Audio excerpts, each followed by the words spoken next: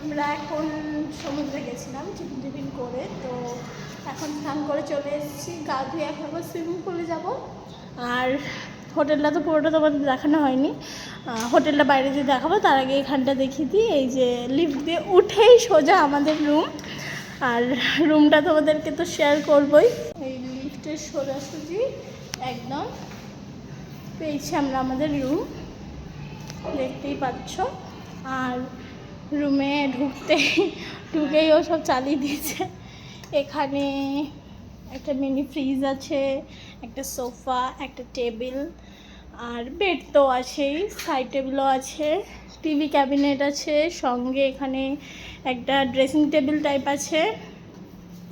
আর এই যে এটা একটা সুন্দর ওয়ার্ড্রপ দিয়েছে, ওটা খোল, ওটা বেরো বেরো।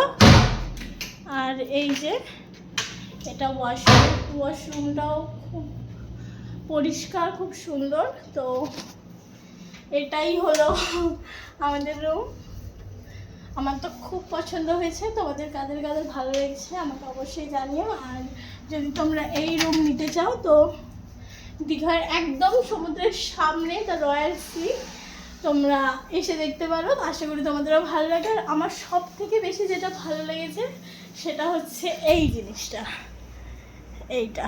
খুব রোদ, বদরটার জন্য দেওয়াই আছে। তো তোমাদের কেমন লাগবে জানিও।